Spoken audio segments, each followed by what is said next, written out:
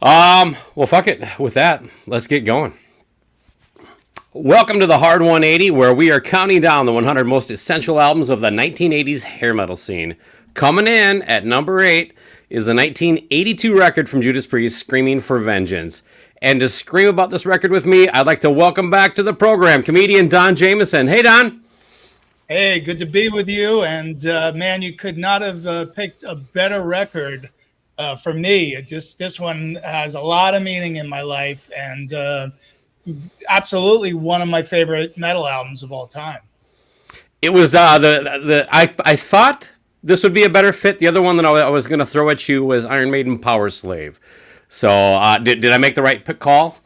You couldn't have gone wrong with either. But Yeah. it was funny. I was a Maiden fan before Priest, but then when I became a Priest fan, it was off to the races. And with that. So yeah, this record still holds a lot for me.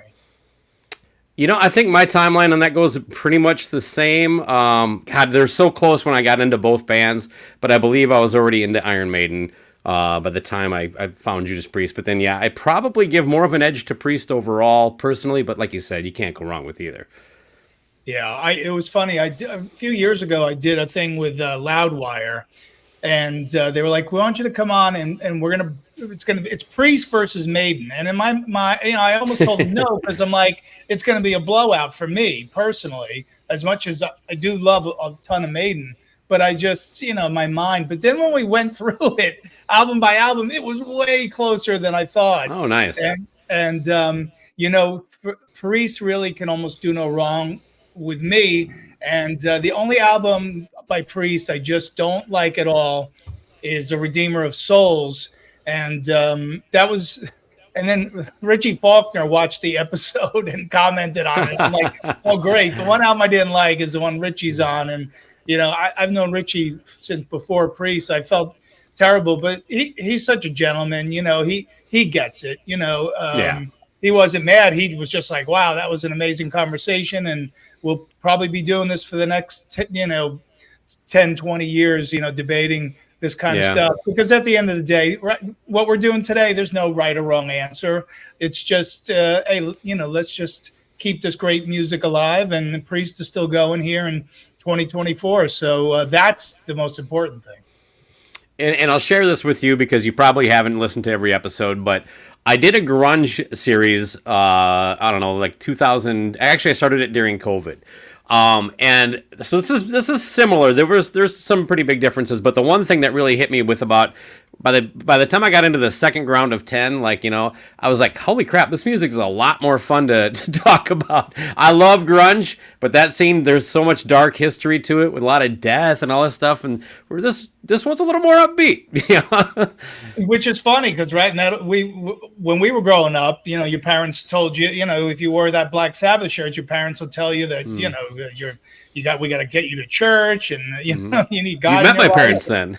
Yeah, I had the same ones, but okay. that was supposed to be dark and evil and all that. And you're right, but grunge has such a dark history, but maybe in a little bit of a more different way. But I liked a lot of the grunge stuff, and now with time in the rearview mirror, I don't. The bands that are still around from that era they're just great rock bands now. They're not. There is no more grunge really. Yeah. Yeah. Well, before we get into some of the early things I was going to hit you with, I do have kind of something that you inspired my drink for today.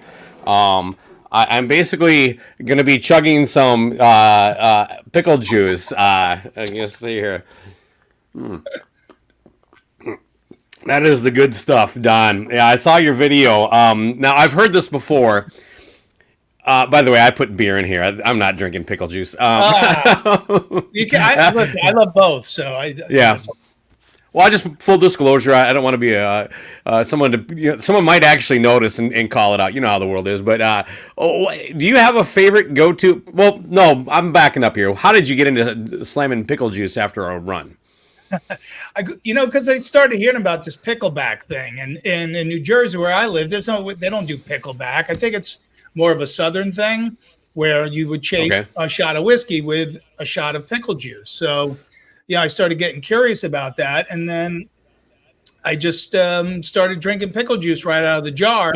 And it's funny the day that we're taping it, because I just got yelled at about this because I went to the dentist today, and it drives him nuts to see the videos on Instagram, because as good as pickle juice is for your insides, it's equally bad for your teeth. It strips the enamel and stuff like that. So I won't say I drink it every day, but on a hot summer day, you get off I do 10 miles on the bike, and I run inside my place and chug down a jar of pickle juice. Man, it tastes so good. I did recently discover that a shot of apple cider vinegar, which is we're in the ballpark there, is a hiccup cure, and it has been spot on since. I've had the hiccups a handful of times since I was told that.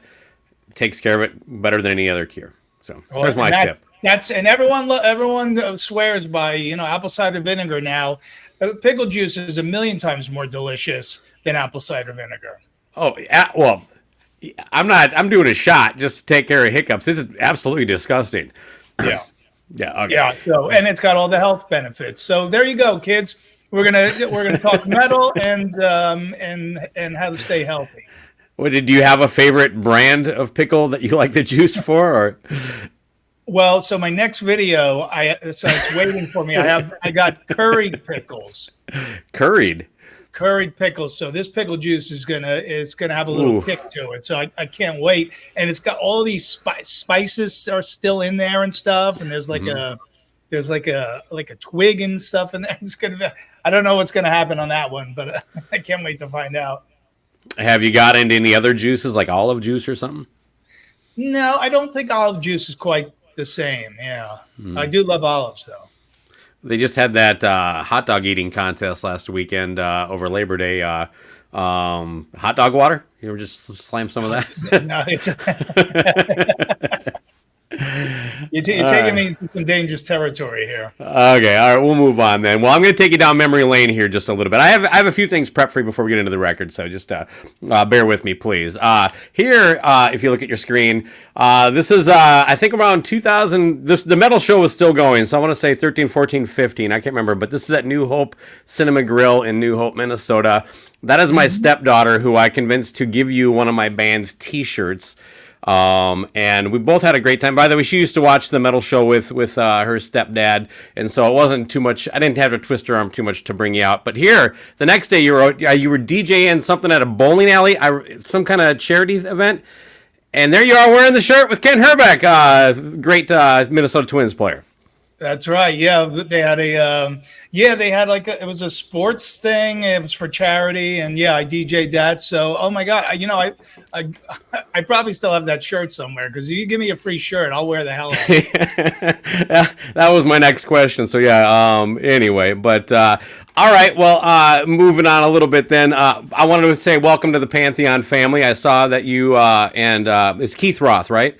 The Rock Strap podcast on all wherever you find your podcast, but part of the Pantheon network. So, welcome aboard, man. Dude, thank you for mentioning that, and everything I've done in my life, creatively, I've been so lucky I always like to look for a partner to do something with. Like with my comedy albums. I didn't put, comics are just putting them out on their own, and I was like, no, I want a partnership. I want to partner with somebody where I really belong, who gets what I do. And that became Metal Blade Records. And now I've put out 5 stand-up CDs on Metal Blade. For the TV show, for that metal show, it was like VH1 Classic was the perfect partner at that time. The channel was playing metal videos. We knew the audience was there, and if we didn't suck too bad, that we might have a shot at doing some good stuff. And then Keith Roth and I came up, we're Jersey buddies here, and we came up with this idea because we both interviewed a million rock stars over the years. And the thing I noticed, like when the cameras are off, or whatever recording device is off, or if I'm out on the road with a rock band, they don't like really to talk that much about music. I find we end up talking about sports. So where the idea of the show came from is Rock Strap. We're going to talk to rock stars about sports, and sports stars about rock, because sports stars hate talking in those dumb sports cliches all the time. Well, tomorrow's a new day and we're going to come back and we'll be better tomorrow. And it's a team game, blah, blah, blah. But when you start, we just taped one with Blackie Lawless, and, the joy in his voice talking about going to see the 1963 Yankees when he was a kid with his dad, Wow. and reminiscing about, seeing Mickey Mantle 10 feet away from him on the field. And his manager texted Keith after and said, Blackie said it was, the funnest interview he's done in years and years. So I think people get a kick out of it because they get out of their comfort zone. They get to talk about one of their other passions. So, and Pantheon was the perfect partner with that, because, I've known those guys. Our show fits in with all your guys' shows on the network, but yet it's a little different on its own. So I'm really grateful to the guys and everybody there at Pantheon. Everyone's supportive of each other. So it's a great place. Yeah, no complaints on this end. You mentioned some of the topics you got into. I love the clip where you kind of corner David Bryan, the keyboardist from Bon Jovi, to like, when did John sell out and become a fucking Patriots fan? Being from Jersey, is it a Giants or is it Jets? It's both. So, John. Listen, John hangs out with an elite class of people, and David Bryan hangs out with me. So that's fair that's enough. the difference. But David's a big Giants fan. Keith and I are Jet fans. So it's fun when we have someone who likes a rival team on, and we have a little fun and break each other's balls a little bit. But Jets and Giants. Listen, I wish I was a Giants fan. They took the mighty Patriots down twice in the Super Bowl. So, and the Jets have won nothing since I was 3. So those are the only 2 times that I've really liked the Giants, honestly. I was just like everybody who's a football fan. You got some Patriot fatigue. Now, didn't matter which one you picked because the Vikings play both this year. But you have our old nemesis Aaron Rodgers at quarterback this year. Do you think he'll make it to 5 snaps? Yeah, I'm hoping for twice as many snaps this season. Listen. You know what the good thing is, Baco? Years ago, like probably at least 10 years ago, I gave up on living and dying by my sports teams. So now I just enjoy sports a lot more now. When my Rangers got knocked out of the playoffs this year, that stung for about a good 10 minutes, and then it's like, all right. Now what? I'm moving on. I don't own the team. I'm not on the team. And now doing this thing with Keith, talking about sports, it doesn't. I can be passionate about it, but I don't live and die by it anymore. I can't be wrecked from my team losing on Sunday all the way to Tuesday. It's just, life's too short. I hear that a lot. I can relate. I'm exactly the same way. I think just as you get older, you get a little more perspective. I don't think there's a secret a code or anything like that. But yeah, I allow myself for the 3 hours to be an idiot and be irrational. And if the game goes good and they win, I'll take the joy as long as it takes me. But if it goes bad, I give myself 5 minutes and then back to reality. Just move on. Exactly. Yeah, we can't hold on to that stuff the older we get. It's just the stress will kill you, man. No doubt. Well, and it's also been a while since you've been on the program, but since we last talked, you kind of sort of rekindled the whole That Metal show with you got back Eddie, you got Jim, and you did the show on YouTube, That Rocks. Are we going to see more episodes of that in the future? Yeah. I think there's 30 of them up there now, and we've all been texting on our little thread there, and we agreed, right after Labor Day, weekend and everything, when things get back to normal, let's get together and get another episode up there. So for people who haven't seen it, just go to YouTube at That Rocks and check out. It's just a mini sort of That Metal show on YouTube. Yeah, it's very cool. I was really excited when that came back. So it's good to hear we're going to see more of that. And then also, just a quick question. I was curious, I don't know how much musical background as far as playing any of you have, but if you the three of you formed a power trio. What instruments would you say each member would guy would play?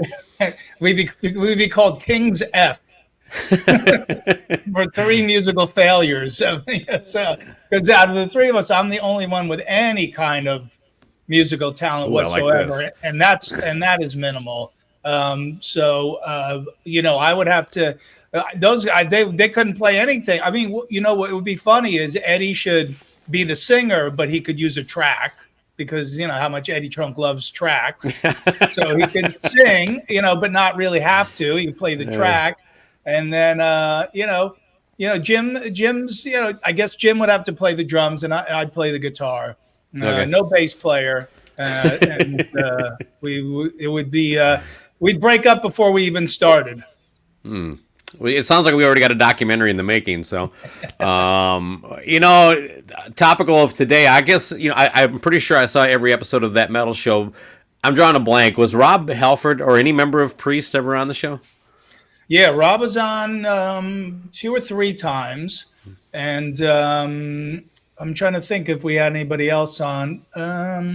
We had Rob and KK and Glenn on before the Zoom days. I don't know what we used, but it was what we would call via Zoom nowadays. We had them all on from somewhere together. But Rob was on set with us at least twice. Yeah, and what a gentleman.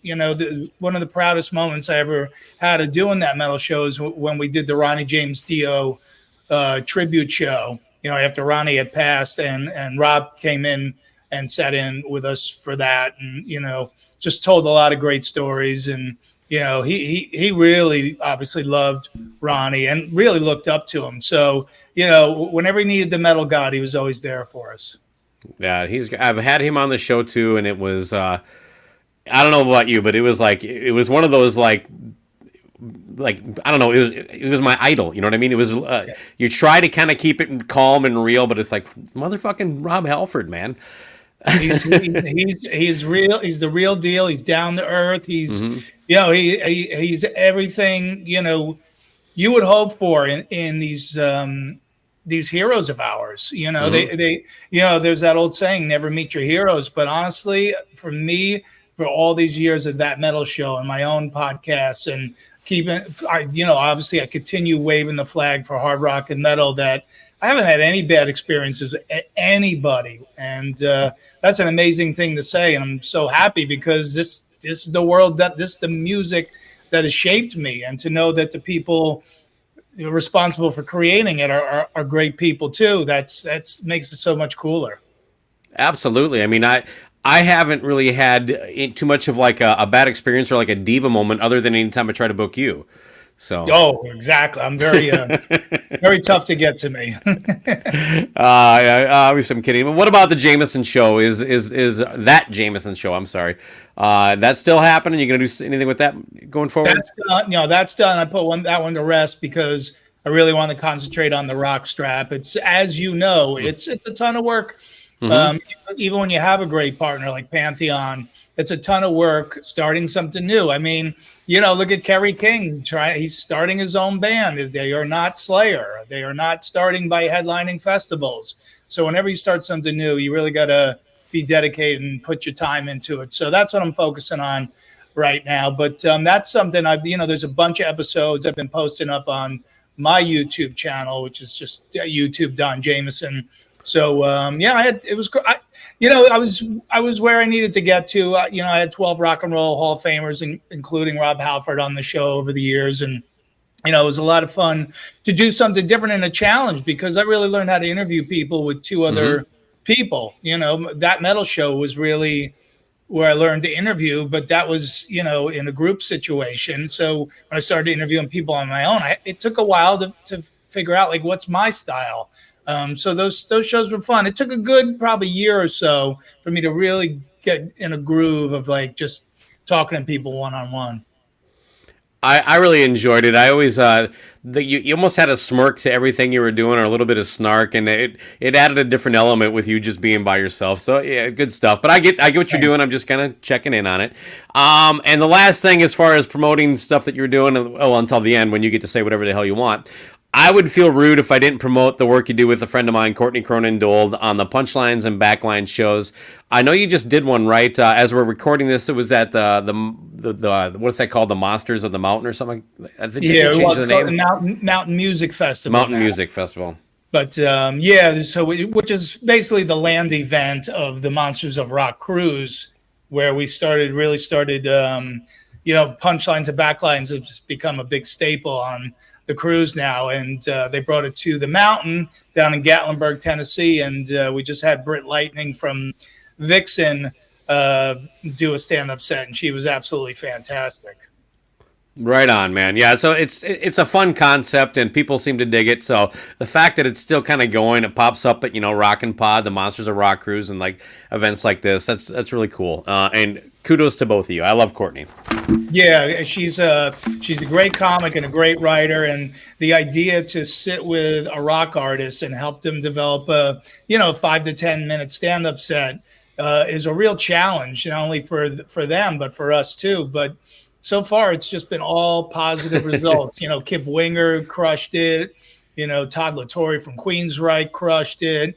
We've had a lot of good people do it and really enjoy doing it, and some of them are doing it. Chris Kale from Five Finger Death Punch is quietly doing it on the sly in Vegas.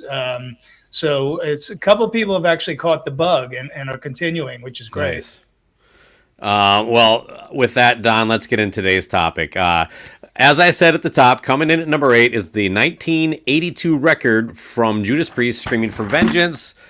You kind of touched off a little bit on this being the perfect record for you to talk about. But let's back it up a little bit. The setup for this album kind of is a couple years earlier with British Steel. I think that's the record that kind of you saw the path they were going to take going forward. You have Living After Midnight. You got Breaking the Law, just two iconic songs of this band, and also that imagery of which you've used it too, right?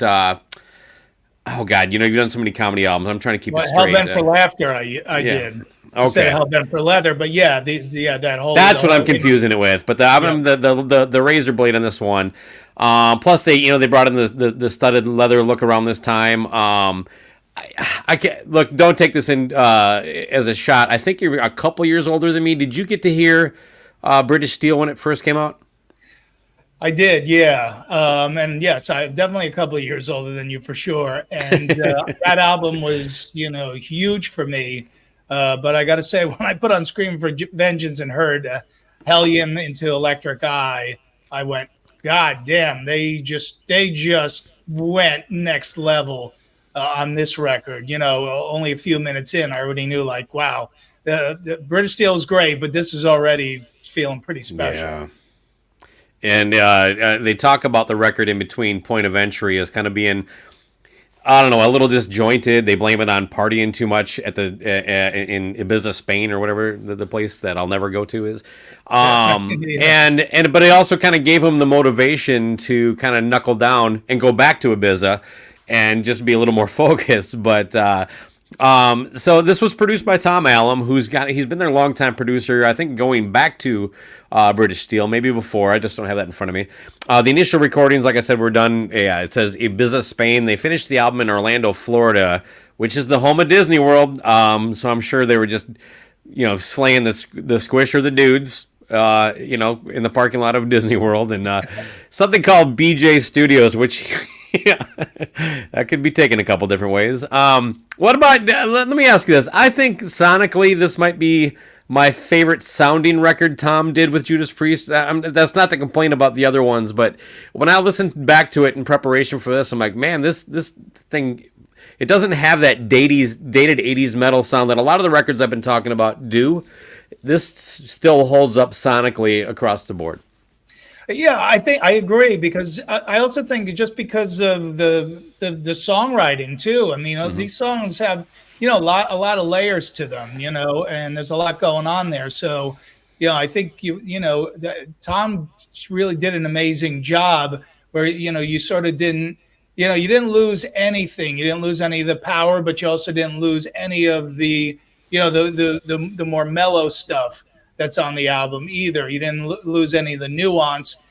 Defenders of the Faith, which is obviously their next album, which I pretty much like equally, but that's definitely a much more metallic, Yeah. album. And this album it's a little slicker, but yet again, it keeps that heavy edge. I mean, songs like, Devil's Child. That's as one of as heavy of a Priest song as you can get. I couldn't agree more. I mean, I actually think at this moment, this is their heaviest album. I mean, as much as like maybe Yeah. they got heavier at a couple points. And yeah, it's A and B for me between Defenders and this one. I give Defenders a slight nod because that was the first record I heard by them. So I think maybe I have a little kind of a affinity for it because of that. But honestly, this album, when I listen to it, it's probably a better record overall. But I just have a hard time separating. When you're talking about your personal passion, it kind of you vote a little differently. I guess is the best way to put it. Yeah, it's A and B. It's one and one A. Either Yeah. way you can go with it. Because even the cover on Screaming for Vengeance is not a song anybody knew before. So to me, that was a Priest song. Mm-hmm. And they were good with that. The few covers that they did over the years. Even the one on Stained Glass. There was that Spooky Tooth song, "Better by You, Better Than Me," which I had never heard before. So, when Priest has done covers, I think, Green Manalishi, same thing. Yeah, No, damn right.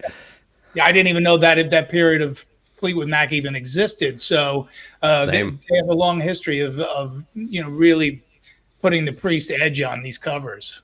Yeah, I mean, Joan Baez and that Diamonds Rust, hers, or Right. Yep. Jesus.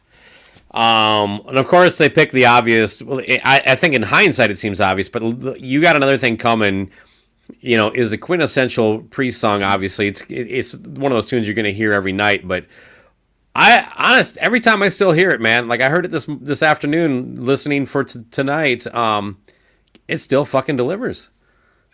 Yeah, it's definitely a song that you certainly, if they didn't play it live, you'd be upset, because I know with some of the songs that got overplayed over the years, you go, I don't care if they ever play those but then you get there and you go, they didn't play it. Yeah, you really would miss it. It was funny that tune, I ended up, my high school yearbook quote was supposed to be, if you think I'll sit around as the world goes by, you're thinking like a fool because it's a case of do or die.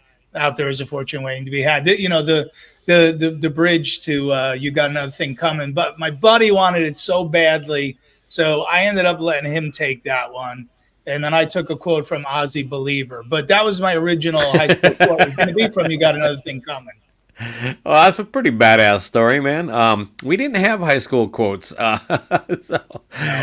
no. This is still their best-selling album. I was not aware of that before getting prepped for today. It was double platinum in the United States, which is the only, the rest of the world doesn't really matter, Don. Well, yeah. Well, there's a lot going on, especially I remember the tour too, because I think the first part of the tour, Iron Maiden was opening. Their new singer Bruce Dickinson, and they put out Number of the Beast, and they blew up fast. And the next That's thing an you know, okay record too. yeah, that's not bad.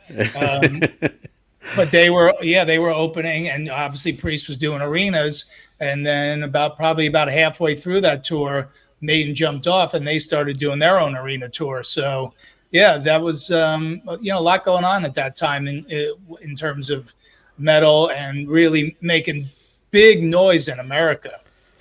Yeah, Rob actually talked about that in his book and a bunch of interviews I looked into for this. Where it seemed like the record label kind of understood they were pushing them like we really need this next go heavier, and that they felt that there was this kind of groundswell. As I don't know, 11, 12 years old when this album came out. I remember Quiet Riot kind of popped around this time. Like I said, I didn't get into Judas Priest probably till I was, into something other than Kiss for a couple years, it started with, what, I won't keep it too long. Twisted Sister, Quiet Riot, Motley Crue, Rat. And then once I got that far, it was pretty much what else you got, and then somewhere along that line, I got into Priest and Maiden. But so obviously, being in a small town in southern Minnesota, you're not exactly tuned into, pre-internet days. Like what's the hot new thing coming across here, in music. So, it's sure interesting to hear kind of some of those takes behind the scenes where they're actually having conversations about like we think America is about ready to blow on this stuff.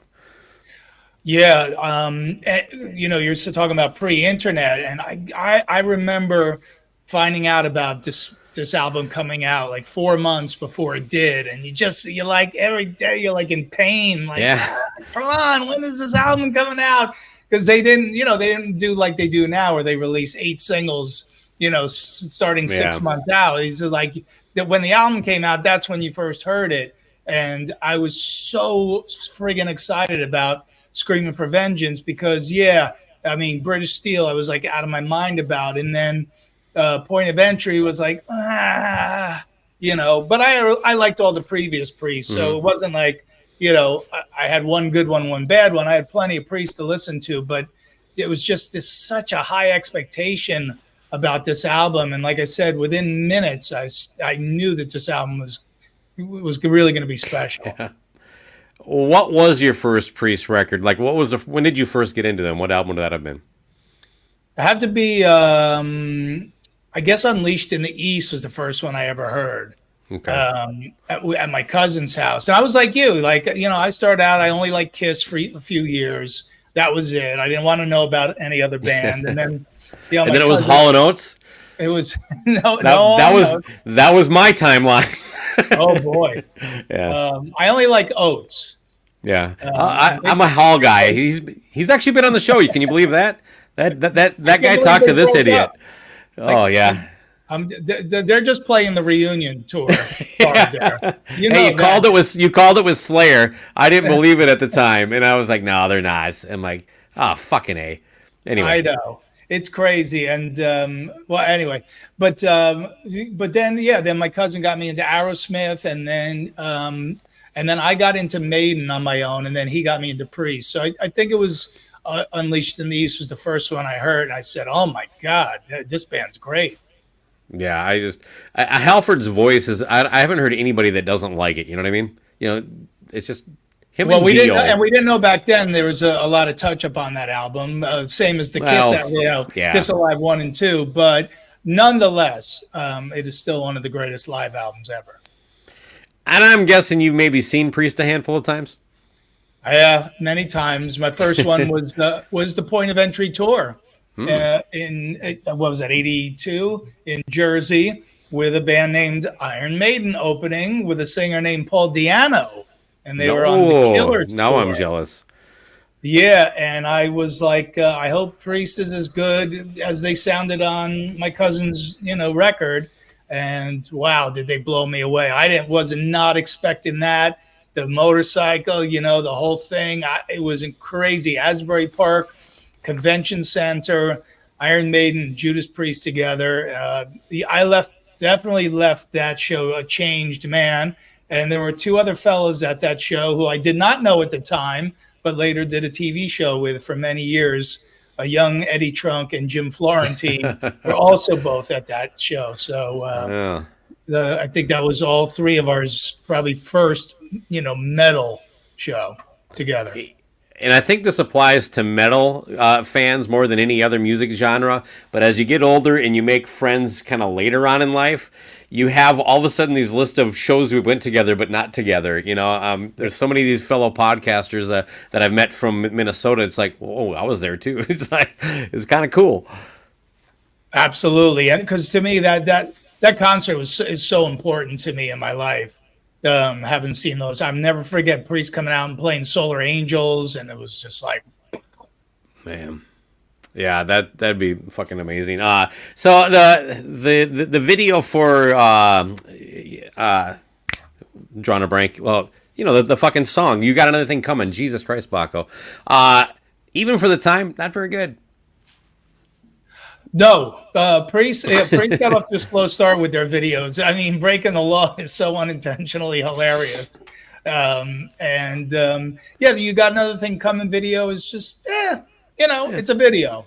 it took them a while to get into that video groove, but the song, like you said, the song was and still is so great.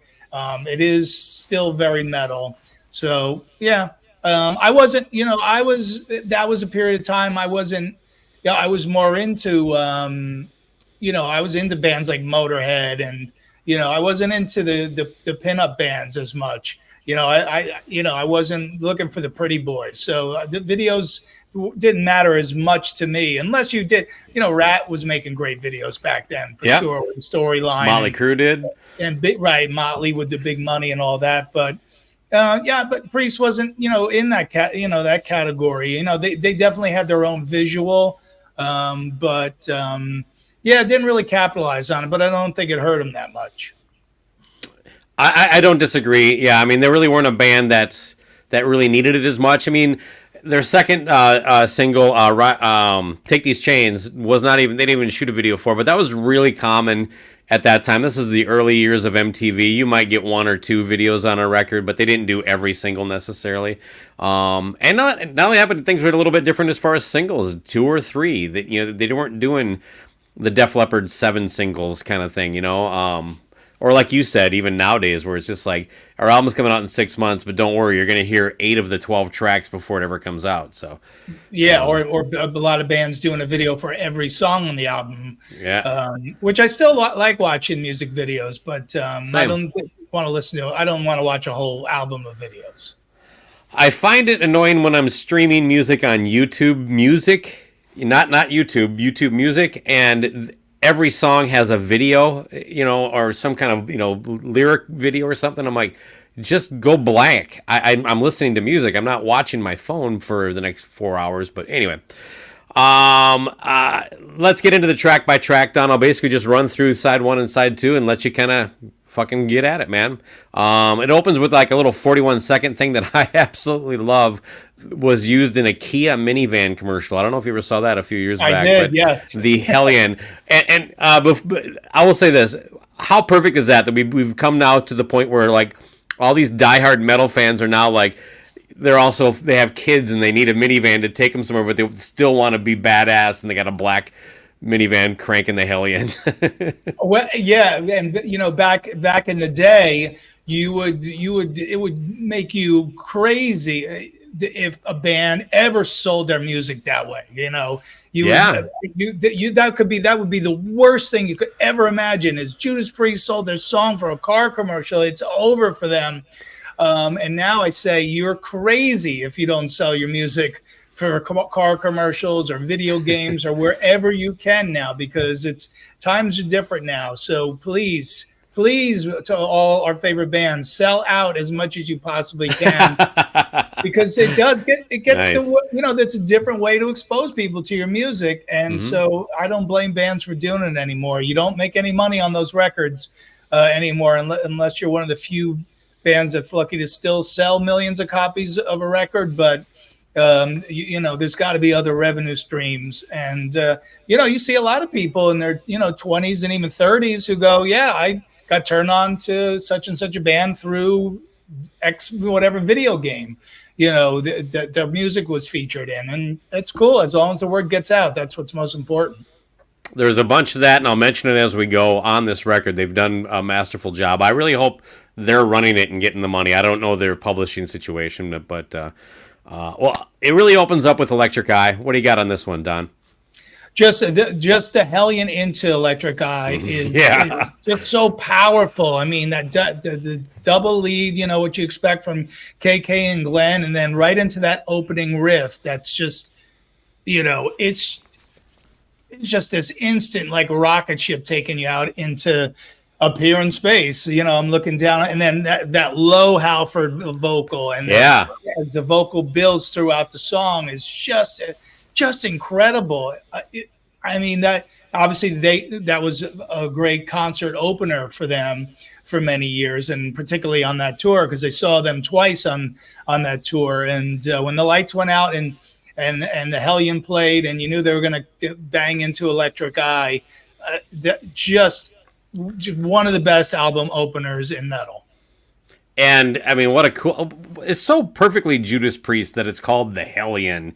And you mentioned the kind of that out here in space vocal that Halford does there, but even that follow up line, there's a dryness to it that you don't ever really get another. Like you think it's something, but there's nothing of the kind. That little part. That like the production on that is perfectly flat. It just pops in a way that it wouldn't with the more conventional, I don't know, reverb and polish that you get throughout the record. But it's really the only time that you get that from Priest. Yeah, there's just something about the way he sings. I'm made of metal. Just that one. Goddamn right. It's so freaking perfect. So. Yeah, I love it. I mean that's as close to a perfect song as you can get. We're only 2 songs in, actually basically one song, because those are basically going. I already want to change my ranking, but we'll keep going here. Then it goes into Riding on the Wind. This one appeared in a video game, Twisted Metal. You a big gamer, John? You played Twisted Metal? Or Don? No. Sorry. Don, yeah, no, somebody did tell me about this recently, but no, I didn't know that they used this song, but. Wow, come out of the Hellion Electric Eye and straight right out of the storm into another storm. There's just no chance to breathe from the beginning all the way through this song whatsoever. And the verses kind of have that almost a little more classic kind of Judas Priest feel, like harken back. I'm not going too far back, but back to more British steel. Because they pick up the tempo on a lot of this stuff and get a little more metal, but even more so on the next record, like you mentioned. But yeah, so it kind of blends kind of a little bit of their past with how they're going forward. I think this is there's not a bad song on this record, so I'm not going to waste anybody's time with that. But this is a great tune. Well, yeah, and the only difference is that now Halford goes up in the range. Yeah, on Riding on the Wind, where he sings the verses way up here the whole time, which is a difference, because in Electric Eye he's sort of bouncing around, and Riding on the Wind he's just boop, 0 to 100. All right, next up we got Bloodstone. This is one of my favorite tracks on here. Yeah, so now you get a little break with that, with that opening riff, which sort of like, okay, where's this going? Where's this leading to? Bloodstone definitely a little bit more of a mid-tempo song, right?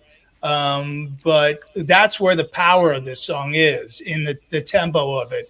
If you played the song, if you got to play the song at the proper tempo to keep the heaviness of it. This is not one you want to speed up live, right? When you play it, and that bloodstone, stone, and the echo on his voice there, and all that stuff, and the lyrics are really cool in this song.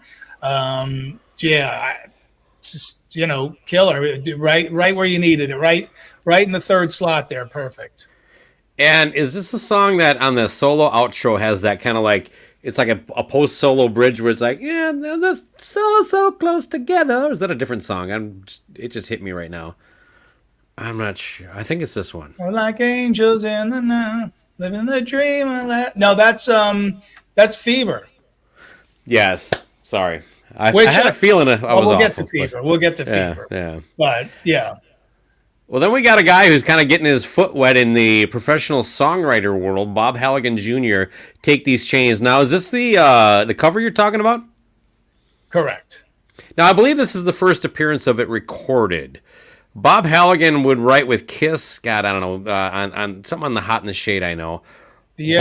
Bunch of other artists, but this was kind of his first real break. Yeah. And May Pang, do you know who that name? John Lennon fucked her for the entire year 1975. Right. Apparently she. Okay. His whatever they call it, like the year that he didn't, the lost weekend where he basically was not with Yoko for a year and he was with May Pang. Yeah. So we know John's got a type. Anyway, she apparently worked with this and was going to submit it to somebody else, but then ended up giving it to Judas Priest. So. Oh, so we got a little May Pang connection in there as well. Yeah. Rob mentions in his book that they recorded one of their records at John and Yoko's house, and they had toilets that were connected, so they could poop together, or use the bathroom together. They could both sit down. Oh, what? So there's a bit of a John Lennon connection to a lot of Judas Priest. Is my point there? Not so much about the. I don't know why I went there, John. They I were don't. they were into they were into some weird stuff. I mean, maybe that's why he went back to her. May Pang didn't want connecting toilets. But yeah, that's when they recorded British Steel. They recorded at John Lennon's place, and Yes.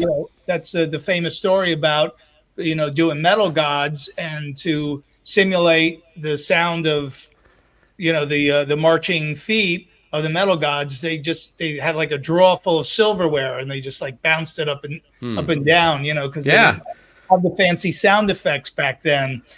So that's how they had to do it. But yeah, that was done in Lennon's place. I like that. That's DIY, but low tech. But yeah, so this song is, obviously it's a different sounding. It does not sound like a Priest song, but as they do, they make it a Priest song. And you're right. I guess that was released as a single. I don't know that it did much, right? But yeah. I mean, I always sort of dug it. Not my favorite track on the album, but good. And then side one wraps up with Pain and Pleasure. What do you got here, Don? It reminds me of what's this? The song on Hellbent for Leather. Why am I spacing right now on it? Evil Fantasies. It kind of has that Evil Fantasies kind of groove to it. Yeah. So yeah, that's sort of like Evil Fantasies Part 2, and that's another one where I like where Rob really puts his he puts his balls into that one. You give me pain, God, so good. I love the vocal performance on that one. Yeah, and they do kind of chug it down a little bit. The tempo's a little slower, but I'm giving you a kind of nice mix of everything. Anyway, so you flip the record over. Side 2 opens up with, or cassette, whatever your du jour. The song that Rob wanted to be the lead single for the album, "Screaming for Vengeance." I think that would have been maybe a weird choice. And again, him going up in the range again. Oh yeah, a little bit. And just the screams are just unbelievable, and especially, when you're 14 years old and you listen to this record and you can't believe the vocal gymnastics that are going on. And I always wondered about when Rob would get up into that range, and I think I asked him on that metal show. I said, and I think I referred to Painkiller actually, but it would apply to this song or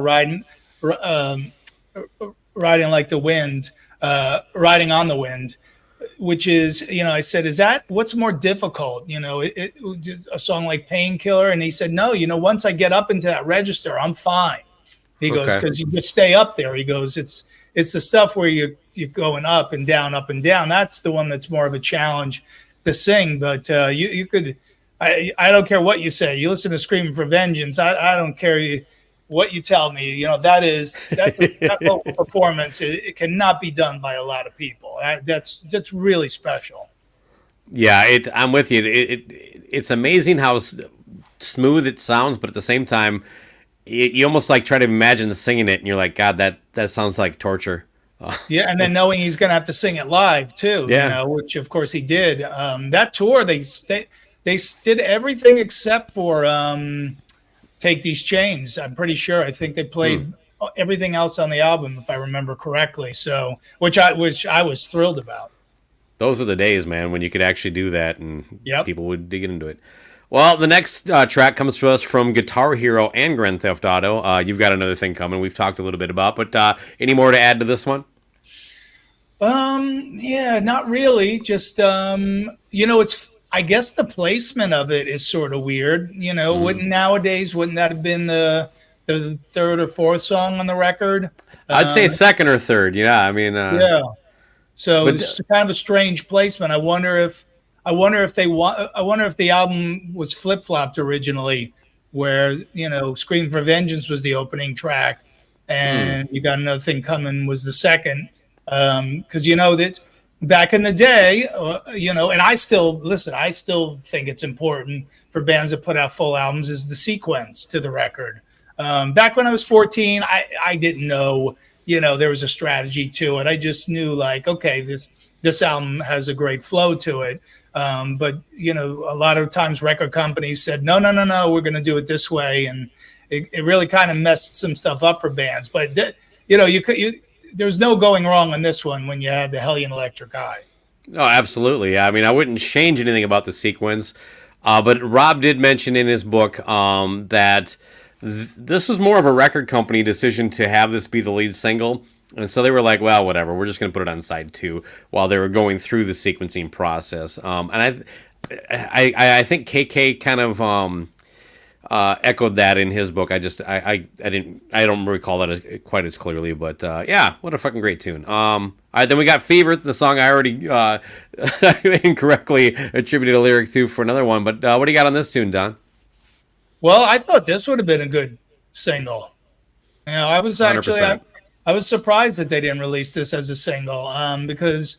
But yeah, that's another one where he goes, where you're right. There's that they make that total change, and Rob starts singing way up high, you know, in that song, and the chorus is great. You know, it's heavy, but also it's super catchy. So yeah, I think that if it was the day and age where they did more singles, I think that would have been a good one. Yeah, absolutely. This is another one of my more favorite tracks on the record. Again, not really a bad one on here, but yeah, I love that tempo shift and that little like post solo bridge. I think it's just so cool. What a great there's a cool drum roll that goes into it, and then boom, it hit, and yeah, and that's it's a good arena song because it's a sing along. Yeah. And then the album ends with Devil's Child, which if I got to award one track out, the weakest on the record, it would probably be this one. But like I said, I still love it. Oh my God. This song, to me, this song is one of the best tracks on the album. Okay. What a way to end the record. I remember when they did it live, I was just like, oh my God, I was just so blown away. And then when Halford was doing Fight, I remember that they played this song during the Really? album. Yeah. Wow. Yeah, because I remember seeing Sebastian Bach jumped up and played it with them in the New York City at the Limelight. I was so happy to hear Devil's Child again because they only ever played it on the Screaming for Vengeance tour. They never played it again after that. I'm sure somebody's fact checking me right now. I should say this: until at least 6 or 7 years ago, they did not play it again because I've seen every Priest tour since then. But Wow. Priest in the last 6-7 years, as you know, has really been mixing up the set list. So they may have brought Devil's Child back in at some point. And I love that they've been doing that, just really embracing the past and a lot of deep tracks. And of course, they're giving full credit to Richie Faulkner for being the instigator there, and we thank him for that. Oh, I thought you were going to say Paul Stanley suggested going deep on the set list. That's a joke for a very limited audience, but if you get it, you're my people. All right, well, if you have a favorite track on here, what do you think? Yeah, if I had to take one of these songs to a deserted island, there we go. Yeah. I mean, I gotta say, I think I would take Devil's Child with me. Damn. I think it just has everything you need in it. It's the classic Halford, just outrageous vocal performance. It's pure metal. The chorus, it's a sing along. It's got everything in it to me. So I think I would take Devil's Child, and it's got the word devil in it, so you can't go wrong. Definitely nothing wrong with that. I will. You know what? Mine's a little more. I don't know. Less original. I'm not going deep. Electric Eye is going to be the one I take. Well, you could take Hellion with it. I think. Yeah, I get extra. All right. Yeah. Yeah. Well, what about a favorite Priest album? Do you have one that you like better than the rest of them? Ah, boy. I mean, this one's up there. I mean, I think this and Defenders of the Faith are still my go-tos. As much I love Painkiller, I love the new one a lot. If I had to go old school, I really love Stained Class. I mean, I have to put that up there. So, Screaming could be my number one. Again, if you, when I try to think of a favorite song, a favorite album, I always think of that analogy of if I only had one album to listen to again for the rest of my life by Priest, which one would I take? I think it could be this one, and which is why also I wanted to comment on the placing of this on this list at number 8. For me, it makes a lot of sense. It deserves to be in the top 10. I have no disagreement. We're going to get to the rankings in a minute. You might want to hold off and get ready to dig at me a little bit on my personal ranking. But I'm with you. To me, my two favorite records are the same two. This one and Defenders. I always lean towards Defenders more, but I think that is more emotional than it is actual. I think the album is better because when I go through this and I pay attention to these songs, I'm like, I don't think Defenders really, as good as it is, it doesn't seem like it really has the quality of this. But no complaints on either one of them. Where are you at with Turbo? I like Turbo.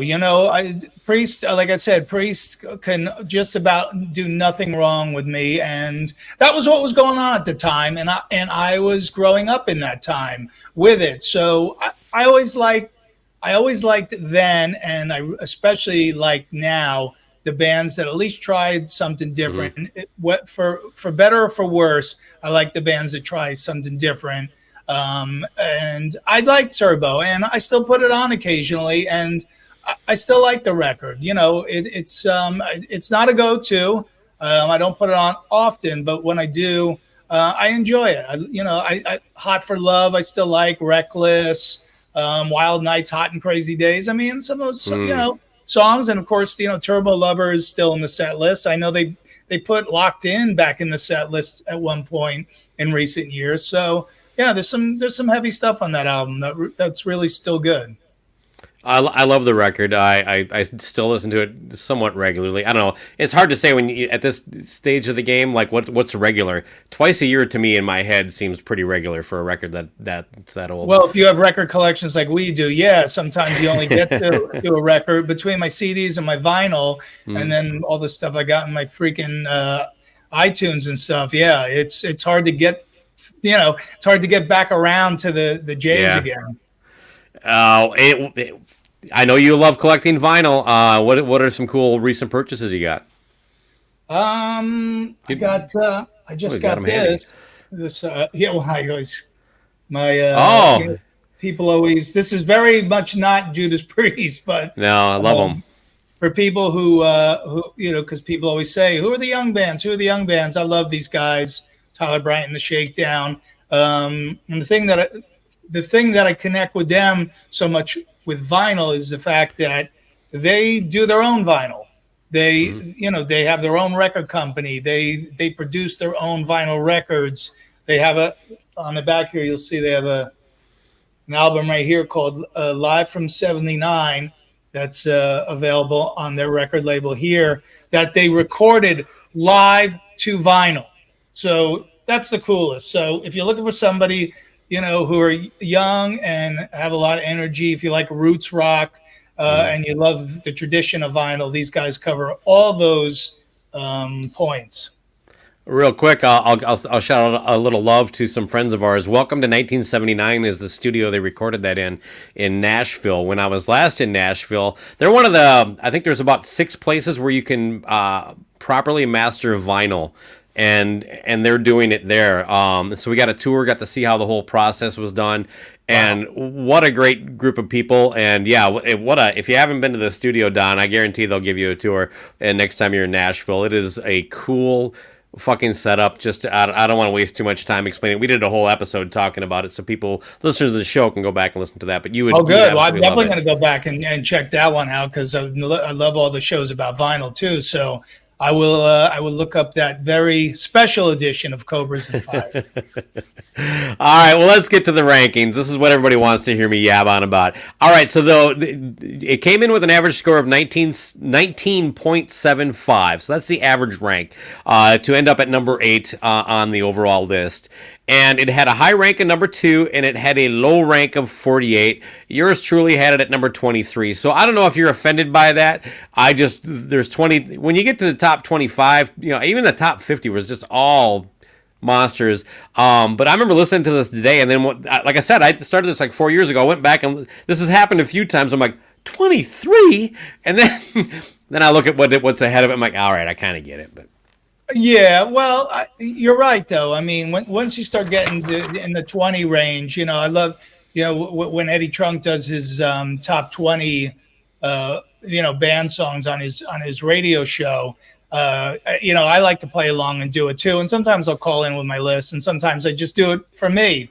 And it gets, especially a band, especially on our scene, or even with a band with a legacy like Priest, to do a top 20 of Priest songs, it's painful, because when you get 20, it's just everything is quality. So yeah, 23 is not bad. I might not even, I have to see what's ahead of it, but I might not even have had it in the top 10 of all 80s albums. But I'm glad it is where it is, again, because it's an important album for me. And the front cover was also my high school yearbook. We stole the artwork. And so for my Manchester Township High School yearbook, the Hellion was the cover of our yearbook. I wish I would have. I was at my storage unit the other day. I would have busted it out and brought it for this. So, but we'll do it another time. Yeah, all right. Yeah, I'll definitely have you back on. One more last promo. The Rock Strap can be found anywhere you download podcasts. If you're listening to this show, we're on the same network, so you should be able to find it on whatever player you're listening to us on. Definitely check out the Rock Strap with Don Jamieson and Keith Roth. Keith, a Sirius XM DJ, correct? Yes, he is, and a musician as well. He's out playing with the legendary Dictators. Right on. Who have been out touring again and making some new music. So, and Keith's one of my, like I said, one of my Jersey bros, and man, that guy knows it all, man. He's, he really, he's a real encyclopedia, and with sports as well, which is how he and I started bonding. We just started commiserating about being Jet fans, and and then we went from there. So, real fun to do it with my buddy Keith. It's going to be difficult for me because I kind of have a kinship for franchises like the Jets or the Browns, but I hate Aaron Rodgers so much, and I'm focusing on as a football player. I'm not getting into the side issues. I'm just saying he played for the Packers, and goddamn, that guy is good. So you know what? If that guy stays healthy, I think it might be a fun season to be a Jet fan. Well, yeah, and then then they'll sign Tom Brady when he's 60. I'm sure. They always get these, because Favre came to us before he went to you guys. Mm-hmm. So he went to Minnesota via the New York Jets, and correct. Of course, we always get these guys, in their final days, and of course we went 8-8. So I'll be happy if the Jets win 9 this year. If Aaron Rodgers makes it through the season, he can get us into the playoffs, and then maybe we could have some fun. But I love that he is making the New York media crazy with all his wacky stories and his politics and all that stuff. So I love that he's driving the New York City media crazy while he's here. Because it kind of sticks it to him, because New York media are brutal. So I like a guy who pushes back a little bit. What else you got going on, Don? Promote yourself. Where can people see or find you? What's up?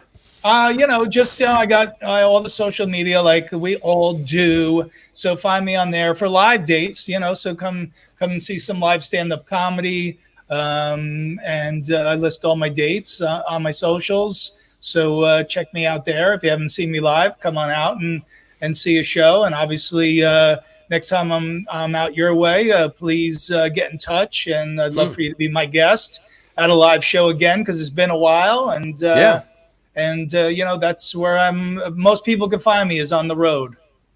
Right on, man. So, and Did you mention your website, or is there a good place to Yeah, I check don't it? really go, but the website's sort of out of date. So Yeah, the social Facebook seems more current. yeah, Facebook and Instagram and X. X, okay, fair enough. All right, and then everybody who's been tuning in, appreciate all the feedback and love I've been getting for this as we gone along here. That was number 8, Judas Priest, Screaming for Vengeance. You got 2 weeks, and you're going to find out who's number 7. And until then, here is your moment of Lee.